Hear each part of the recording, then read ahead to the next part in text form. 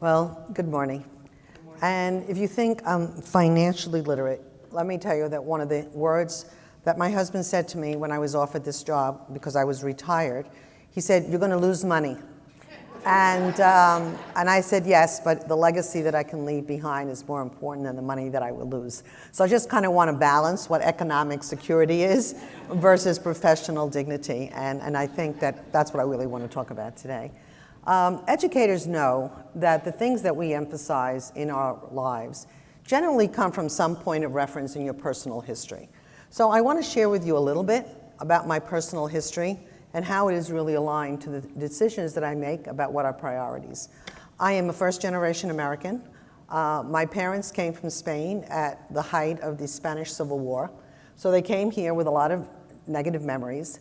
And the most thing that I remember growing up is that at our dining room table, we always talked about global issues. We talked about the reasons they left their country. We also had real serious conversations, although at the time I didn't realize they were about economics. And my father held 3 jobs, and he very clearly specified those 3 jobs as such. He had a job Monday through Friday to support us as a family. Then he had Saturday jobs to put in a special envelope where he sent money back to Spain to support his other family. And then he had another envelope he put aside to do special trips with us, so we would never forget that life was about fun things as well as the things that we had to do. But we always knew that money didn't come easy. We always knew that for him to work 7 days a week meant that he had to do extra things and that we had to really value the money that came into our house. And I also think now that I'm a grandmother, and I'll talk about that in a little while, that a lot of our kids, whether they are whatever poverty or non that they are, they don't see money in real terms. They see it as something that comes from the heavens, and I used to tease my family who came to this country to visit. They thought the streets were paved with gold, that everything Americans got, they got for not working, and somehow it just came to us. So how we talk about money in our schools as well as in our homes is crucial. When I was in high school age, I knew that I had to get a job, and I certainly I didn't mind it. I think I had my first job when I was 12 years old. And it was babysitting, but it was also doing any jobs that came across. And I knew that some of that had to be saved. And I had my bank book. I remember being so thrilled with this bank book that every time I saw it grow, it was a point of pride for me. And I think also, I tell my grandchildren that one of the real first jobs that came with a paycheck was I worked in Macy's in the hat department. To this day, I cannot wear a hat, nor will I wear a hat. But I realized that, having to go and work wasn't always the work you wanted, was the work you needed in order to do something else. And I don't think sometimes we talk about these things with our kids, that sometimes there are things you need to do because that's what you need to do. And I think that was part of it. Fast forward, I married an accountant. And I married an accountant who has a very, very clear vision of what money means. And it meant to him, you never buy on the installment plan, you never buy on credit, you don't buy anything you don't save money for. And I said, oh, really? Until he wanted his first car. And then he figured out why he really needed that particular car at that particular time. But here again, it was a matter of conversation. And I don't think we encourage conversations around money. And I think it's important. As a teacher, I found that teaching math and teaching other things was sometimes difficult. And I developed a program called Menu Math. I taught a lot of grades, but 3rd grade was where you do cultures of the world. And one of the things I realized in my 3rd grade class was that money didn't mean real stuff to the kids. And as we did our 6-week units in social studies, and we studied Japan, we studied China, we studied Mexico, I got menus from restaurants that served food from those countries. And we did a lot of our math in those 6 weeks using the menus. And then the kids had to create a project of raising money, so we would bring in food from that restaurant at the end of our study unit. So we did the culture, we did a lot of things, but when we brought in the food, the kids had to figure out things that many of them, and by the way, this was a pretty middle-class neighborhood, they didn't know what taxes were. Well, if you're going to buy this, you need to pay taxes on it. And they would look at me and say, what's taxes? So we taught them about taxes in relation to the food they were buying, and that they had to raise the extra money to cover the taxes. And then the question came up, well, why do people collect taxes? So we were able to segue into conversations without making them what might appear onerous and teaching it very cut and dry. Then we introduced an even more interesting concept. What's a tip? And I remember teaching this third grade class where you have to put some money aside because the man who delivers, and my classroom was on the 5th floor of a building, deserves extra tip because of the fact that he's going to climb 5 flights of stairs with all the stuff. And in one unit, we did a 6-foot hero. And believe me, I don't know how the guy got up the stairs. But to me, as a teacher, it was crucial that this not be separate. And I hear a lot of teachers saying, oh, you're going to add one more thing to the curriculum. And the answer is no. How is it aligned to what you're already doing? What is it that you're already teaching, including what novels you pick, including how I saw the Lunch Money book, which we used a lot. I mean, how do we teach about economics already based on something else we're doing? As you're teaching about other countries in the world, and I saw, gross national product being mentioned, how do you compare other countries to us? So I think that's really an important thing. I have 2 daughters, and I remember an aha moment my husband and I had. We went to put gas in the car, and my husband gave, and Mia must have been like maybe 5, 6 at the time, and he gave the guy a credit card. And Mia said to us, she said, oh, that's great. We never pay for anything. Daddy always uses that card. And I realized that a lot of our kids grow up thinking that there is no cash value. Things don't cost money. So we started having a long discussion about what the credit card is. And I really, understand what you're saying. And we talked about the card and what you pay for the card and the interest and everything else. Of course, I don't want to tell you this 5-year-old really understood everything we're talking about, but I wanted her to understand that the card comes with consequences. And it wasn't that we weren't paying for things, but we were paying for it in a different way. And I think for a lot of our kids, it's a very important lesson, and that's something we need, particularly middle school kids. Fast forward to my favorite time in life. I have 3 grandchildren, and I am really now super focused on economic education. I have a 13-year-old, 11-year-old, and a 5-year-old. And the 13-year-old decided that for him, he doesn't really have to work. He's 13 years old. This conversation took place when he was 11. So I said, really, Charlie, but what is it you really want? Well, he wants a particular pair of sneakers. For those of you who don't have children of this age, do you know what sneakers cost nowadays? Anywhere from $300 to $600, because now they have to be custom made. I said, I don't know, Charlie. I'll match what you can raise, but you've got to do some dog walking, you've got to do some other stuff. And he obviously went home to discuss this with his parents. Now, he did not complain, because he and I get along very well, but he also said to his mother, can you imagine? Abuela's making me work for the money. So she says, what a great idea. So my daughter now has 3 jars, the jars that they can spend. She read somewhere in the New York Times about to do this for keeping kids grounded economically. But Charlie and I have a lot of discussions about money, what other people have, what other people don't have. And about 6 years ago, I started with both my grandchildren, the younger one as well. Every Christmas, they get a catalog, either from Heifer or World Vision or whatever. Whatever they want to spend on a present, half of that has to go to a charitable organization, and they have to match the charitable organization. So far, we have bought Drums for Africa, wells, chickens, goats, and we have a lot of discussion on what it is they want their portion of the money to go to. Because if we're talking about money without talking about who has it, who doesn't have it, we are not on the right track, and certainly not in this country. And I think one of the important things is that when we discuss this, and I remember Charlie in particular is a sports fanatic. So he wanted soccer balls to Africa, and Ben wanted art supplies somewhere else. And being able to start at a young age, thinking about not just how you're doing charity, because I really don't consider it charity. I consider it part of equitable distribution of resources, but having that discussion so then they put the money, and then of course, they get letters of thank you, and they really feel very good about themselves. But to give you an idea of how inequitable it is also, Ben has become an entrepreneur at the age of 9. He's 11. But he runs a lemonade stand, and I was blown away.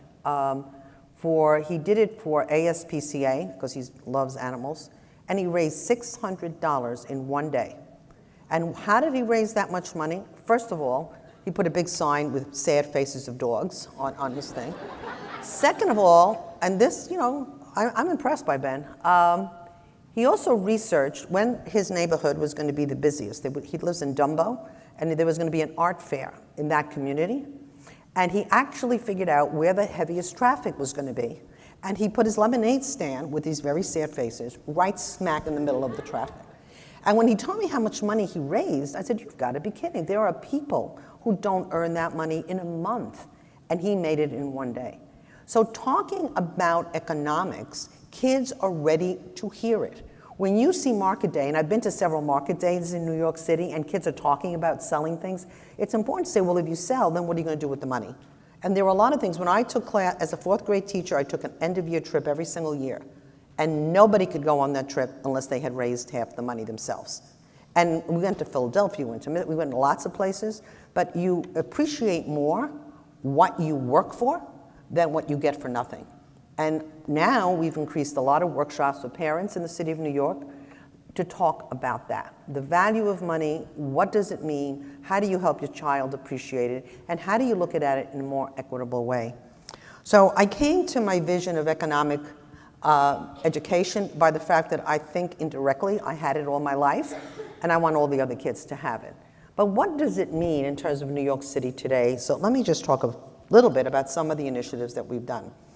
When the mayor and I talked about pre-K and now 3-year-olds, and we have about 1,200 3-year-olds now in our schools, more to come next year, we understood that having students start school a year earlier was going to be a bang for our buck in terms, particularly vocabulary development.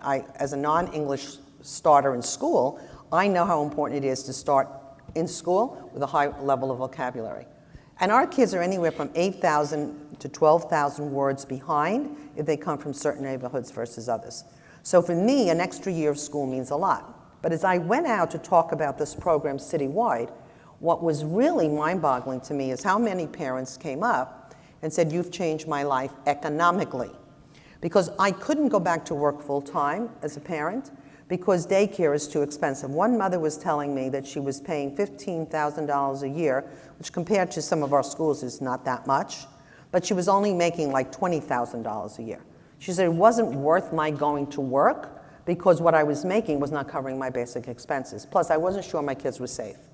And mother after mother is explaining to me that now, because of our pre-K and now our 3-year-old, they can go back to work, know their children in a safe place, and what they're doing with the money they're earning is changing the life of a family, not just the life of a child. So that's one of the things that we're doing in New York City.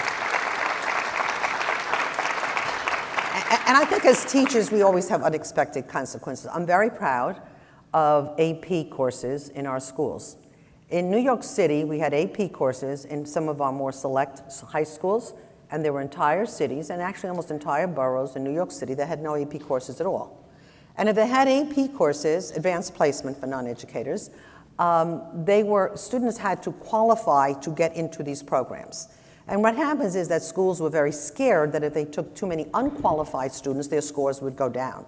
And we changed the paradigm of that 2 years ago, and this year, what we have been very clear about is that any student who wants and has the ability to take an AP course can do so. And we now have, and I'll give an example of Lehman High School in the Bronx, which is one of our models on co-located sites. There are 7 high schools on that campus because they're small schools, and only one of the high schools had an AP course, one AP course. Now we have requested nicely, maybe not so nicely sometimes, that all campuses open all their AP courses to each other's campus. So now on the Lehman High School campus, there are 15 AP courses that students can take. Now, for those of you who are high school people, what I had to do to convince these principals is they have to go on the same bell schedule. Now, if you think managing 1.1 million children is hard, piece of cake. Try to get high school principals to be on the same bell schedule. But we did it, and we did it in 17 schools, and we're going to 25 schools. Actually, we're working on that right now, because not only does having an AP class make you better prepared for college, But even more importantly, in my mind, it means all the teachers who teach the AP courses had to reapply for their jobs and had to go to summer training. So we were able to raise the PD quite a bit because, oh, but I've been doing this course for 10 years. I said, all the more reason you need to go back for training. This is part of what we do, and I think it's really important. But the unexpected consequence is I went to a community to talk about this, and one of the students said, I'm taking enough courses now that I'll be able to start college as a sophomore and save my parents a lot of money. And again, but putting that in that context is really important. So now I'm working with my high school superintendents to talk about how do we now move senior year, which I call senioritis in a lot of schools. Kids say, I have nothing to do as a senior year. I finished all my coursework. How do we look at that senior year from the economic point of view and see which with our kids who can have more preparation will then have it so that they don't have to spend the same amount of money. Economically, I'll give you another thing that came to us. I went to speak at a graduation where all the kids who were graduating were either in temporary housing or in homeless shelters. And as I started talking to these kids, one of the things that one of them said, well, you know, she's going to Ithaca. And I said, do you realize how cold it is there? She says, no, I never went to see it. We don't have enough money to go on the college trips that a lot of other people went. So it got me started, and I went back to the office, and I spoke to my staff, and I said, you know what, we need to do something. And we did. We called it Pop-Up College Shower. And in 3 days, I collected $6,000 thereabouts just from people who work for me at Tweed.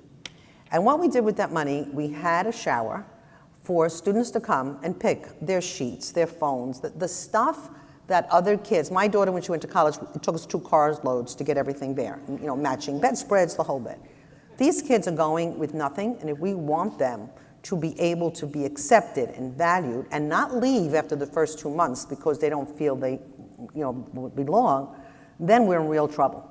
So once we did that and we were able to send them away and we made them all have a mentor, everybody said, well, what about us? So now we're looking for kids. We actually did a second pop-up shower for kids who are going to CUNY schools. They're not going away, but also don't have some of the things that other kids have, like a Metro card. One of the things we also heard from the kids, they'd like to call home occasionally, but it's too expensive. So we got phone cards, not with an extravagant amount of money. But here, this all comes down to economics. It's not about getting to college. It's about staying there once you're there because you feel comfortable enough to do the work you need to do. So the AP for All, we're actually doubling it this year because it has been so successful, but it also comes, the more you succeed at something, the harder you have to work to keep the success going in another way. We have increased our CT programs, and I see Iris blank here. I had a conversation with Iris when I first got on this job, right, Iris? I think I was on the job maybe a month. And my first beginning as chancellor was to focus exclusively on middle schools, and 7th grade in particular, because I believe if we get 7th grade right, the rest is a piece of cake. And I visited nothing but middle schools for the first couple of months. The press made a big deal about this. Why is she doing that? But I know that getting to college and having a good career and making a good wage is too late in 10th grade of high school. Too late. Pre-K is where it has to start. But if you start in 7th grade, and those 7th grade kids who are hormonally challenged, you name it, they're challenged. But if you get them on board, and we started with 2 schools, right? I was with Visual Enterprise, and now, how many schools are we in now? You are. So the idea is, where do you see job opportunities, living wage jobs? How do you see it and how do you push it? And then also, how do you find models? We have in New York City now showcase schools where things are working very well, regardless of what the topic is, that we send other people to go and visit. And many of them are set up around these principles.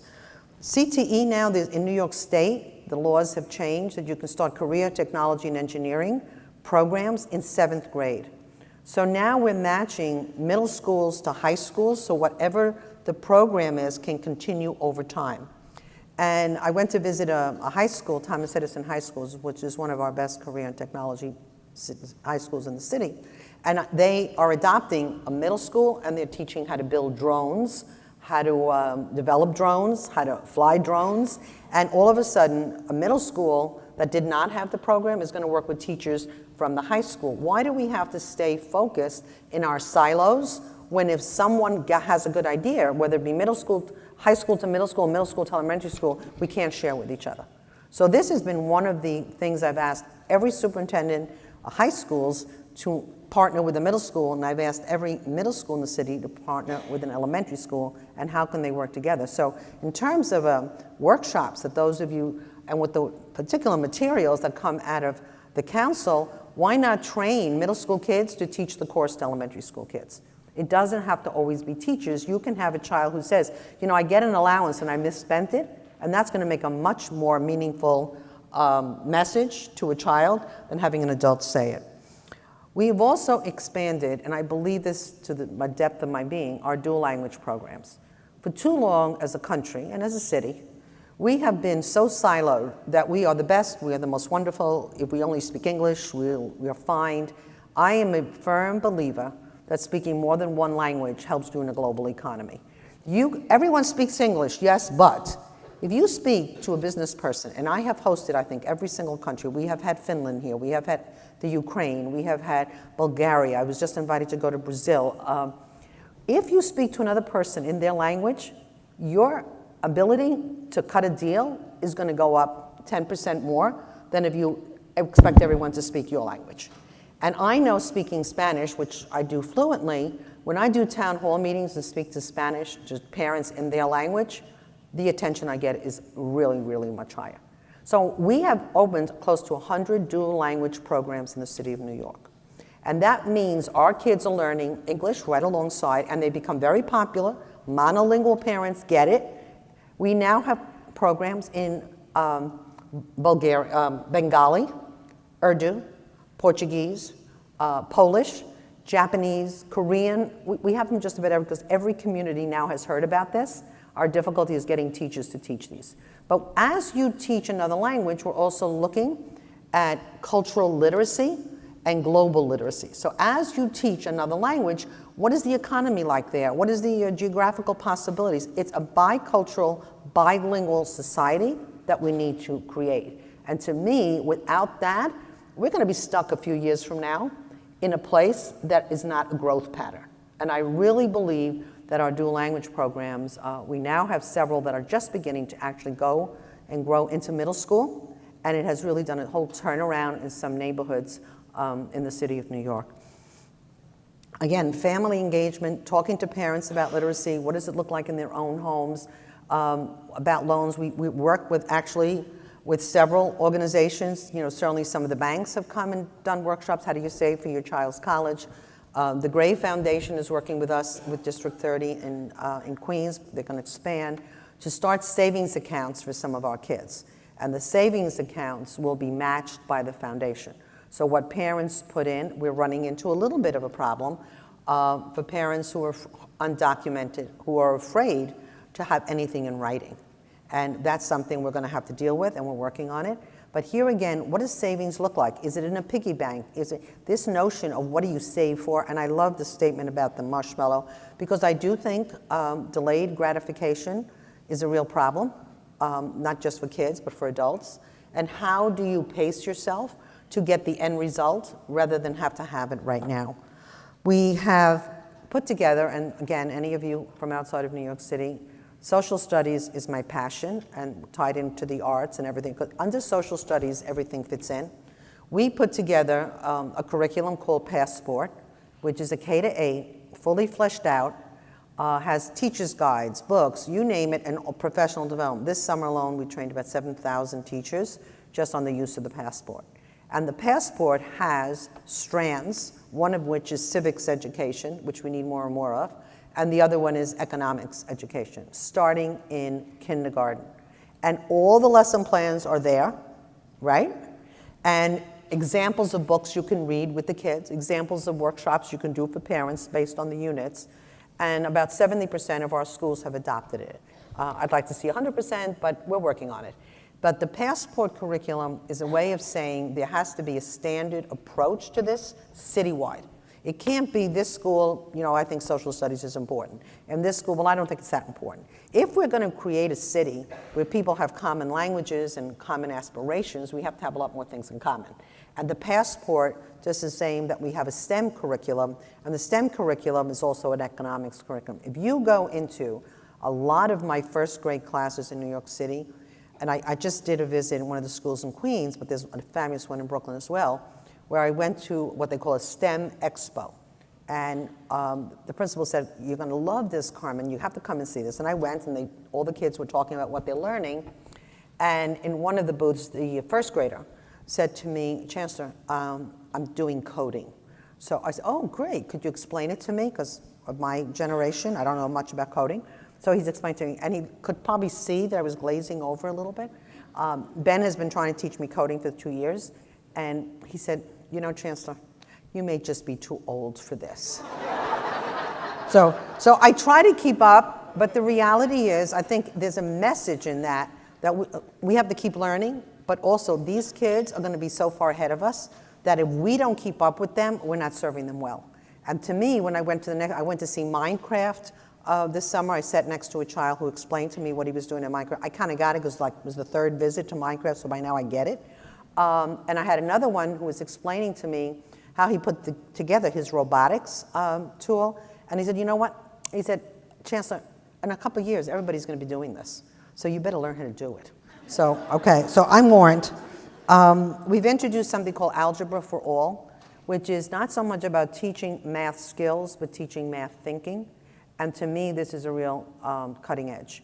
We have asked teachers, principals, to departmentalize fifth grade if they want to be part of this movement. Has not been an easy sell, and I'm not pushing it as a must. But I do think for too long, many of our elementary school teachers, and I put myself in that category, have been more afraid of teaching math than we are of other subjects. And if we don't change the way we teach math, it's not about adding, subtraction, multiplication, and division. It's about math thinking. And when you look at economics, it's about thinking. It's about how do you plan? What decisions do you make? And silent classrooms make me crazy. Classrooms have to be talking environments, hubs where kids are having discussions. And if we're going to be really good educators, we have to actually have an idea of what we want the end result to be. But without inspiring our kids to be thinkers and talkers, we're not going to get where we want to go. And they're not going to be ready for the future. They're going to be followers, and I want more leaders. I want kids who know and have information so they can lead the pack. Again, Phyllis Frankfurt is here from WISE. Yesterday I met with all my high school superintendents. I want to see more high schools have a 4-year continuum on financial literacy. But I also know, because we've done this with dual language, that if we give them a distinguished diploma, I can create distinguished diplomas at the drop of a hat, but they have to have some criteria for it. And if we say to principals, think about your kids who graduate. Some of your kids are going to graduate top of their class, valedictorians, salutatorians. What about the kids who have just worked hard at something? And how do we recognize them? So now we have a distinguished arts diploma. This means that a student who has taken more than 2 art forms in high school gets a diploma that is distinguished. They've taken maybe an extra 2 or 3 courses. And it matters when they want to go to college and they apply to certain kinds of colleges. We're now doing that for dual language. The distinguished dual language diploma means you are fluent in 2 languages. You can read and write and speak in 2 languages, and that has a different kind of seal on it. And it's a biliteracy seal. And now I think we can do that for financial literacy. We should have a series of courses that we take, and if you take this sequence, because taking 6 months in 12th grade to me is minimal, but if you can do it and then there's a seal attached to it, it's sexy. And when kids go to graduation, they have achieved something that they can walk across the stage with, aside from everything else. So I think there's so many ways to get to this, and I think also, for those of you who may be administrators in the room, it's not about doing what was always done. It's about what do you think needs to happen and who do you partner with to get it done. I am a firm believer that I don't want the status quo. The world changed in the last 24 hours. So why are we still doing the same things we did in the last 4 years? It doesn't make sense. So we need to constantly be shifting our emphasis, our priorities, but staying true to what is best for kids. What is it that's going to get our kids today in all schools, including my 3-year-olds, to become the most productive citizens in this world when they graduate high school and college? And to me, that's what keeps me going. I want to make sure that every student in New York City becomes a productive citizen, and I always say, who can earn a living and move out of their parents' home. This is one of the goals in my life. And I just want to say that I think all of us are committed to this, but most importantly, I do not want to add a curriculum. I want to embed this work in everything we do. And that's the only way it's going to happen, because educators hate add-ons, as do I. Thank you. It's been a pleasure being here. I want to get to an even bigger picture than New York City first. You've talked so beautifully about a lot of the change here and the need to keep looking forward. When you look at the national education landscape, which is varied in ways that New York City is as well, what do you see as the biggest challenges for education in our country today? I think lack of leadership in terms of people who are willing to speak out about what is good and what is not. I think that once you become a leader, it's imperative that you stand up for your basic moral principles. And I think there's a fear factor in some places. You know, if I speak out, I won't get the money from state, you know, from federal government, whatever. And I think we have to really work together to say, this is what we believe in, this is what I stand for, and this is what I'm willing to fight for. And I think that's a really, really important part of what we're going through right now. You know, one of the programs, thank you for that. One of the programs that you touched upon was the expansion of pre-K to 3-year-olds. Could you talk a little bit more about how that's gonna roll out in New York City? Because the early education is such a game changer in so many ways here in the city. Well, first and foremost, I think one of the biggest aha moments I got this summer is when we realized that across the city, we always have had teacher vacancies in special education and English language learners. This year, for the first time, we started having some vacancies in the early childhood, because we've expanded so much of our early childhood classes that we now also need to push our universities and other people to educate more teachers specifically for early childhood. So that was one thing. I think the other thing is space. As a city, we are running out of space. So actually being able to set up many of our 3-year-olds in particular programs off-site, off the school sites, but in daycares where the teachers have been willing to be retrained has been very important. The other thing is that we really had to make sure we got the offer of these seats to the people who need them the most. So we actually have a very highly trained group of people who go to subway stations, public meetings, actually go house to house knocking on people's doors to say, did you know? We work with community-based organizations, and as the word gets out, we have now 72,000 4-year-olds. We anticipate that will be pretty much the number, that we'll have 3-year-olds over a period of time. But the 3-year-old program, the 4-year-old program, we put in place over 2 years. The 3-year-old program is going to take a lot longer than that, because we need the space. And also 3-year-olds are not 5-year-olds. There's a real different, we need different kind of furniture, we need different kind of activities. And I go to schools, I want to see a play center, I want to see centers, I want to see a lot of play. Playing is work. A lot of the things we had to do is also convince parents that 3- and 4-year-olds don't learn by doing ditto sheets and homework.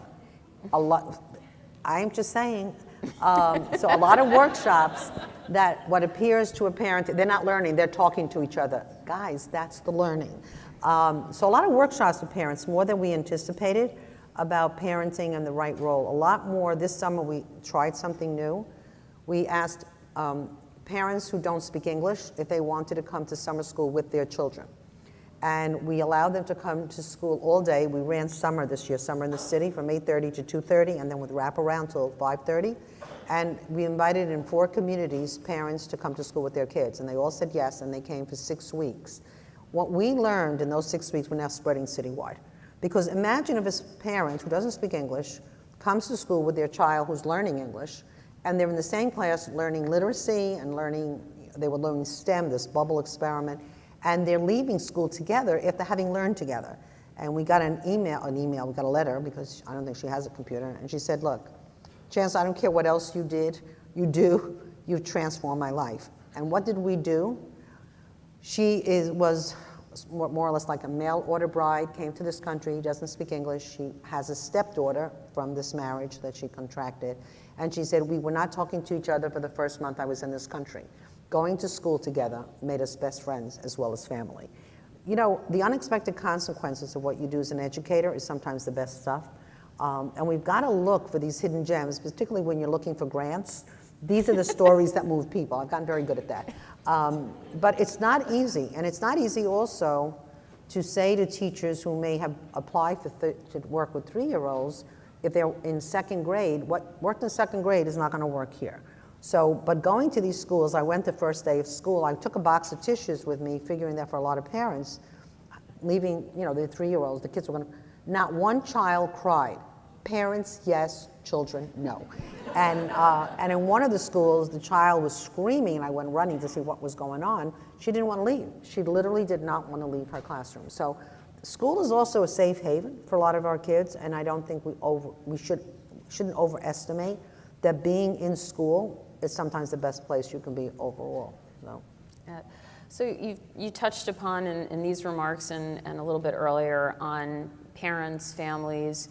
What are some other kinds of things that we as educators can do to reach the families and engage them, especially in the subjects that this group is focused on? Because we've had some successes in that where things have gone incredibly well, and then we've also had some challenges in reaching the parents and families. One of the first things I did when I came back to this job, because I'm a firm believer in this, is parent engagement. And I put a parent engagement department together, and it's headed by Yolanda Torres, who's phenomenal. And we also now have 24/7 translation services, 24/7. A parent in one of 8 languages, I think we're going up to 12 languages, can call in and ask questions, but we can also give information out in other languages. What we found also, I do a minimum of 1 town hall meeting per week. I have been to every part of the city, some 2 or 3 times, talking to parents about what we offer. We now put out a parent newsletter, letting them know what we do, where they can find whatever help they need. We also have a parent coordinator in every school. A parent coordinator is our person who we message things out for based on some tragic events recently in New York City. The first person we contact are parent coordinators who then work with all the parents in their building. We have monthly meetings with them.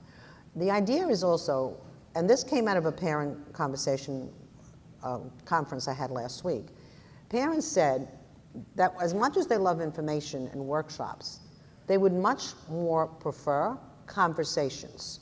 They would prefer talking to us in a group and saying what they need rather than us assuming that we know what they need. And we're now working on what we call a module for parents about how to have conversations with parents about how they can talk to their kids about things like bullying, sexual orientation, suicide, depression. Financial literacy is actually one of the things we put in there. But how do you do it in a conversation where parents say, this is an obstacle, or this is what I'm struggling with, so that it's back and forth rather than someone standing in front of a room and saying, hey, this is what you should do, ABC. And that's really, it's given me a lot of food for thought this week in terms of the conversation. I offered to go to a school because the principal heard me speak about that, and he says, would you make me the first school you come have a conversation with my parents? So I said, you give me a date and tell me what you want, but I'll go. And the conversation I'm going to have with those parents is how to get your kids to talk to you, because one of the things I'm pretty good at is getting people to talk to me.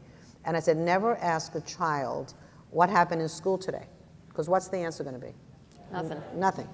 Ask them, what's the worst thing that happened to? Who's the kid in your class you really don't like today?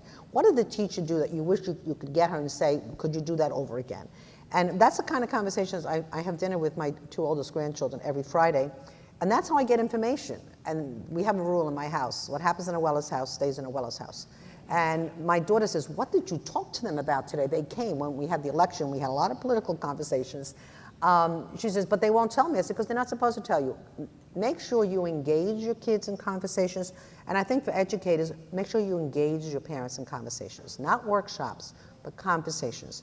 Give them the respect that there's a lot they know that we don't start with the assumption they do. And then start with what they need help in. It's like, when you talk to your kid about sex, only answer the questions they ask. And I think with parents, we need to do that. But I think also we now have in our high schools, we're working towards family centers, places where parents can come and sit and talk to each other. We're creating parent leaders, people who we're training on different kinds of conversations so they can meet other parents. Like you said before, which I absolutely agree, master teachers, I think, is a fabulous model. We now have it. We're increasing it in New York City. But having master parents who can then lead discussions with other parents, invest a lot more in training a good cadre of parents who can work with other parents. So one of the other things you touched on a little bit was your least favorite subject, math. I like it more. That's good. So as an applied math major, I'm Right. glad to hear you see that you're a lifelong learner. That's great. But it's such an important skill set for our students today. We actually also just put together some lessons on Minecraft because we have to, Right. engage children in learning where they are, which is using technology. How do we go about making math more fun? And do we have the right subjects to help math teachers? Yeah, well, I think for me, because I did learn to love math over time, but it was only when I went, and I'll say, and that goes back a long time, when I went back to school, and I took a course called Madison Project Math at Bank Street, that really taught me that math is not about having the right answer. Because, I come from I started teaching in 1965. I came from a world where you taught a math lesson, everybody did 25 examples, and they either got the answer right or wrong. And that's not the way I teach any other subject, but that was the way we were teaching math. In my social studies class, we had discussions all the time. So I think employing professional development such as metamorphosis, we've brought in a lot more math development that is about how do you think about math? How do you have class discussions around math? How do you construct knowledge? Because that's really what I think was missing in the teaching of math. And certainly Algebra for All, that is part of the training that we're doing with teachers. How do you construct math? Legos is the beginning of math in the early childhood grades. So we put in a lot, and I go into classrooms now and I ask kids, well, what are you doing? And why are you doing it that way? So I think it's about teaching math, and I think also once the kids learn certain concepts, making sure that all the way up, I think we have a much better handle now on the teaching of math in elementary school. But now how do we change the middle schools? How do we change the high schools? And most importantly, how do we change universities from how they teach lecture front to the ways that we're changing the way we do teaching? So I think math has unbelievable possibilities. I went to several of the math courses this summer at Stuyvesant that we were doing with teachers. And again, I think we also have a generation of new teachers coming up that really love the subject, but it's the way we teach it that I think was the challenge. So one of the programs that you talked about that I wasn't aware of was the connection between middle school and high school in CTE, which I think is... It's about 3 months old. Okay, so I feel better about not hearing about it. But I'm wondering if there's now connectivity, keeping that line going through from the high schools into the community colleges, who I know are very engaged in a whole lot of really good work that happens in the city to get people to a 2-year degree at least and into the job market successfully. Yeah, we're actually, we're working. We have I have someone on my staff who does nothing but university partnerships. And we actually met with Bronx Community College, which for the first time ever as a community college, hired someone that's a workforce dean. That's his title. I don't know of any other university that has that. To talk about how do we get people ready for the workforce. I think the other piece of this is that we also now have a new regulation at the state level. I work very closely with the New York State Commissioner, and she's really looking at what are the regulations in the past that got in the way of really good work. And for our CTE programs in particular, we couldn't get the practitioners. We have a wonderful school in Queens. Hillcrest High School had a phenomenal healthcare program training nurses, and then we couldn't hire nurse practitioners because you don't have to be a licensed in fact, you shouldn't be a licensed teacher. You should be licensed in the area that you're teaching. Like if a pilot, we need retired pilots. We now have several simulators, airplane simulators in some of our schools, but you need the pilots alongside with the teacher to teach it, and the regulations on hiring these people was so onerous that we couldn't get them. So this is another change. So I think the other thing is, whatever obstacle is in the way, you can say, I can't do it, or you can say, look, this law stinks, let's see how we can move along. And here again, I use my parents. There are a lot of things we can and cannot do, but getting a group of parents who care about this, I just met with some yesterday, and educators said, now this is what you need to go fight for. But the Bronx, the community colleges have a real role to play. It's multiple pathways, but our universities, we almost need to work with them individually. We have some private universities, LIU is one, Monroe, Berkeley. Berkeley is doing great work with us. It's a private university, but they're offering scholarships for kids in certain careers if the kids are already in a CT program in high school. It's a no-brainer for them. We're sending these kids pre-educated. So it's the partnerships you make, and also being clear that if the marketplace is not doing what you need, then don't use that part of the marketplace. I've said it publicly, it's gotten me in trouble. I will go to the universities to do what I need. And then there are others, shape up, and then when you're ready, then I'll come to you. Well, we have a long list of them here in New York, so I would agree with that 100%. You talked a little bit about regulation. This is a New York City state-focused question. We have a week requirement in New York State for economics, and it is. I know. And okay, so I'm calling them like I see them. Yeah. And really nothing for personal finance that's real. So we had a couple of state treasurers here yesterday speaking. Seth Magaziner from Rhode Island, Denise Napier from Connecticut. We have a number of very strong advocacy efforts in other states in the country. What do we have to do? What do I have to do in New York to make this stronger? To get more energy from the folks to say, hey, we have to put funding in to do this. And we're happy to embed, because I think that's the way it should be taught. We don't need a whole, like the 6-month class isn't gonna do it. But how do we get more energy around which state officials or city officials to make this real in New York? Well, I think this is a state issue, and I think with state officials, they listen a lot more, unfortunately, to CEO of companies than they listen to educators. And I say that unfortunately because I mean it. But I think having a partnership between CEOs that have clout, but go with the educators. I was at a state conference 2 weeks ago in Saratoga, and it was clear to me that for too long, even across New York State, we don't talk to each other about relevant issues. We go to whine and complain, but when we need something that is best for kids, we don't get together. So I would say creating a strong partnership and a plan. Because I think if it's embedded, people will be going for it. I think also, like I said, making the accumulation of credits sexier for schools is really important. You know, I think people underestimate that some curriculum areas need to be sold to students and as well as parents. So I think there is a way to do this. And this is the right time. You have a Board of Regents for the first time in New York State that is primarily composed of educators. Most of them are former superintendents. That wasn't true in the past. You have a commissioner that comes from Florida, where a lot of this work had been embedded. So I think there's a time, but I would say no one should do that alone. It shouldn't be the educators, it shouldn't be the business community, it should be hand in hand. Well, I have two great partners here who you already mentioned, Iris and Phyllis, and we work closely with both of them. I'm pleased to say they are two of the most partnerly people I know, and I'm thrilled. They taught me much coming in as an evil business person and not an educator when I got here. So I have two other questions for you before I'm gonna let you go. One that came from the audience. You talked about AP.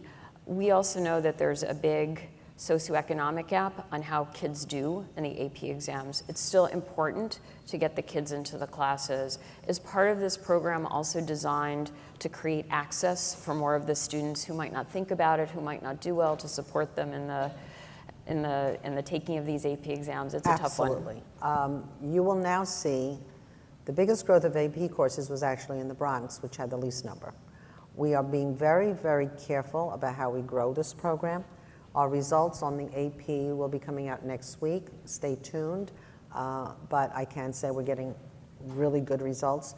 I think what is a challenge for educators is, what do we assess and what does the assessment really tell us? And if we get bogged down on only letting the brightest kids take tests so we look good, then we're missing the boat on what education is all about.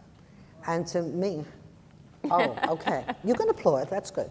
But I do think that it's a very thin line, because if you go, and I was a principal of a very successful school, but I used to tell my teachers, they come in already pre-educated. The challenge is, how do you work with the kids who did not come in pre-educated? And I think we have phenomenal principals in New York City and superintendents, and that's the message I've been selling.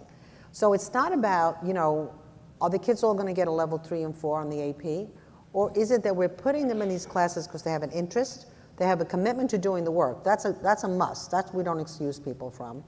It's above and beyond whatever else they're doing. I mean, I had one student at George Washington campus who said to me, she came to thank me. I was taking a tour of the building. It's one of my co-located campuses. And she said, I can't thank you enough. She says, I have been dying to take higher level science. I think she was taking a chemistry class.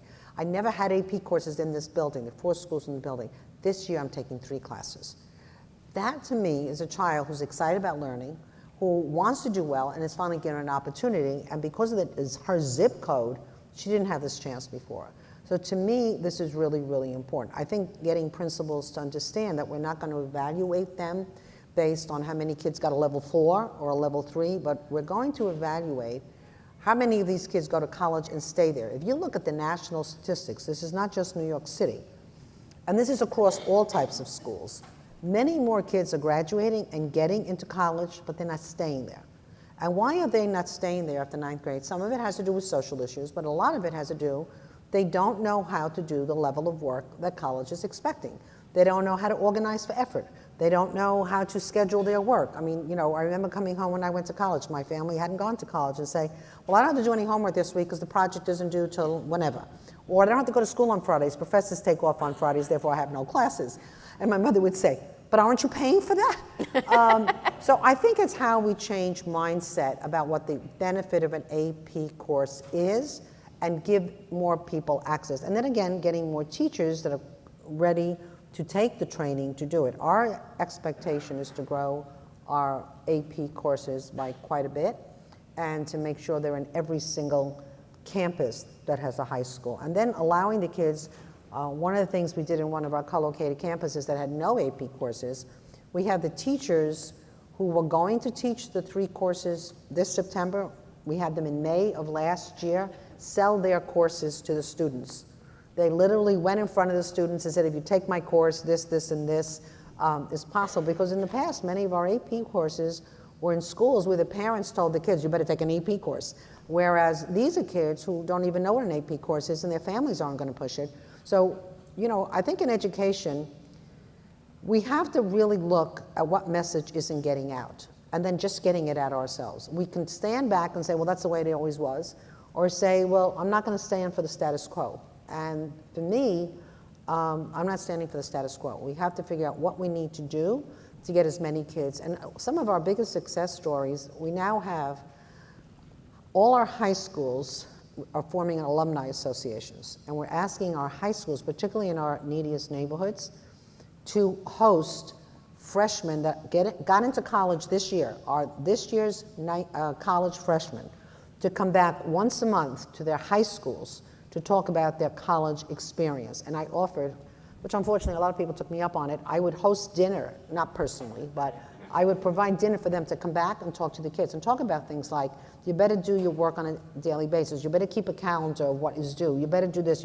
Because for many of our kids, they come from homes where their families didn't go to college. Who's going to kind of get them ready for that environment? So we are hearing a lot of nice things. One of the principals said to me, Carmen, next time I will really check who's coming back, because the kid, obviously there are a lot of partying going on in that school, and he was very happy about all the partying. So he said, from now on I'm going to talk to them before they tell the other kids what's going on. But here again, how do you anticipate what the obstacles are going to be, or what are the gaps that the kids have? But to me, it's also about narrowing the gap. Certainly, Black and Latino males, in terms of getting into college and staying in college, was much wider, and we see the AP classes as a way to narrow that gap. And like I say, stay tuned, because my press office will kill me if I anticipate the news. So final thought on sort of the big picture and going forward, because you've talked a lot about the future.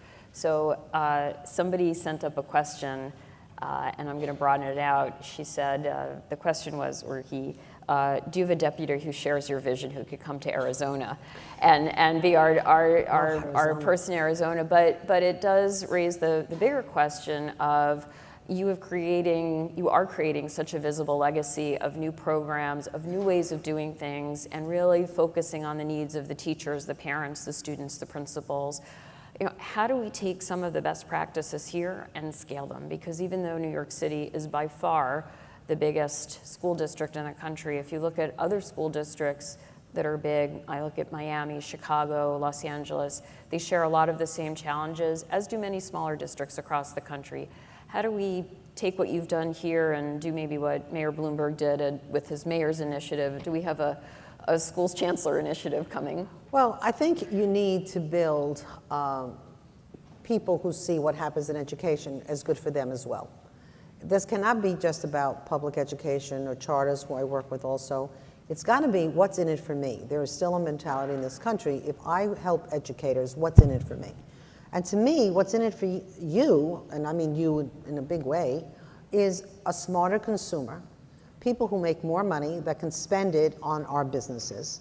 You will have, one of the things I've done a lot more this past year, I have a lot of one-on-one conversations with elected officials. I just met this week with our city council members who sit on the education committee. I have become much more out there talking to people before I want something to happen. Before it becomes a negative, I meet with the elected officials. I went to Albany last year more times than I care to think about, but I met with all the elected officials that have an impact in New York City. We shouldn't go to the officials after the fact, but before the fact. Make them partners to the degree that they can, and figure out what's going to work for them in their specific constituencies that we can do together. So now I will go to a lot of events, including on weekends, that they host for their communities, so that I can give my message, but also thank them publicly, because elected officials in particular are always looking for the next election. And I get that. I mean, I understand that. So how can we help them get there so when we want changes, that we get that? And I think also, and this is something I believe in personally, I do think leaders in education should be educators. I think it's wonderful to have, and I think if you have people that have from business or from law or whatever, I think it's great, but they should be the partners, not the leaders. That's my final statement.